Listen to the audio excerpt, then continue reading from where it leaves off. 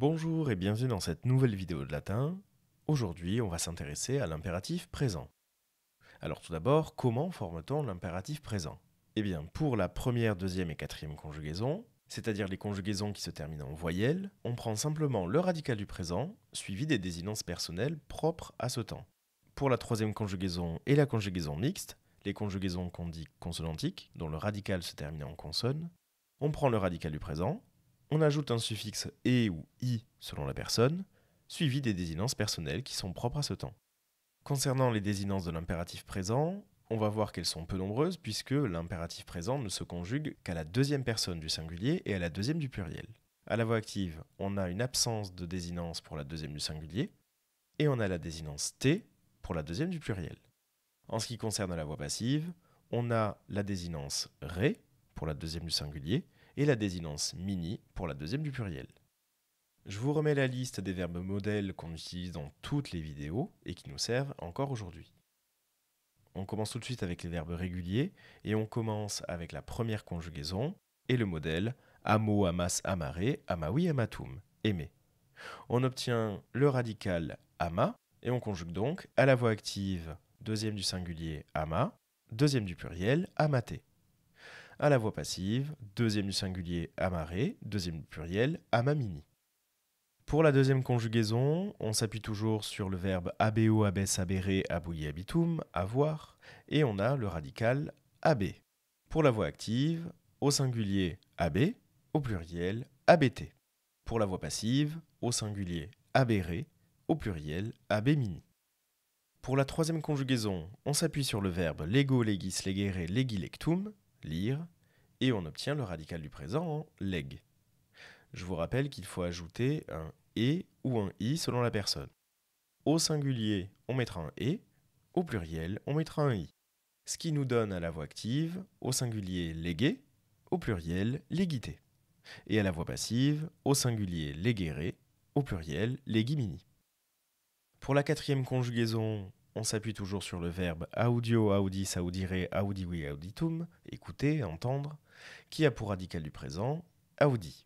Je vous rappelle que ce temps se forme comme pour les deux premières conjugaisons, ce qui nous donne à la voix active audi au singulier, audite au pluriel. À la voix passive, audire au singulier, audimini au pluriel. Enfin, pour la conjugaison mixte, on s'appuie toujours sur le verbe capio, capis, capere, kepi, captum, prendre. On obtient le radical du présent cap, et comme pour la troisième conjugaison, il va falloir ajouter une voyelle de liaison. À la voix active, au singulier on a capé, au pluriel capité. Et à la voix passive, au singulier capere, au pluriel capimini. Vous l'avez peut-être observé, il va falloir être très vigilant sur la forme en ré de la deuxième personne du singulier à la voix passive, qui ressemble à une forme d'infinitif. On passe aux verbes irréguliers, et on démarre avec le verbe sum, le verbe être, qui a un radical en s, es, et qui nous donne donc au singulier s et au pluriel st. On prend le verbe possum, qui est un verbe composé du verbe être, et on obtient potes au singulier, poteste au pluriel. Pour le verbe fero, faire sphére tulilatum, le verbe prendre, on aura la particularité de ne pas ajouter de voyelle de liaison après le radical. On obtient au singulier faire, au pluriel ferte. On verra tout à l'heure qu'il existe 3 autres verbes qui ont le même fonctionnement. Et pour le verbe eo, is, ire, le verbe aller, on prend le radical i et on forme ainsi le singulier i et le pluriel it. Pour le verbe wolo, le verbe vouloir et ses composés, il se trouve que à la fois wolo et malo n'ont pas d'impératif. Donc on va simplement s'appuyer sur le verbe noler, le verbe ne pas vouloir, qui nous donne au singulier noli et au pluriel nolité. C'est cette forme-là qu'on utilisera pour exprimer la défense.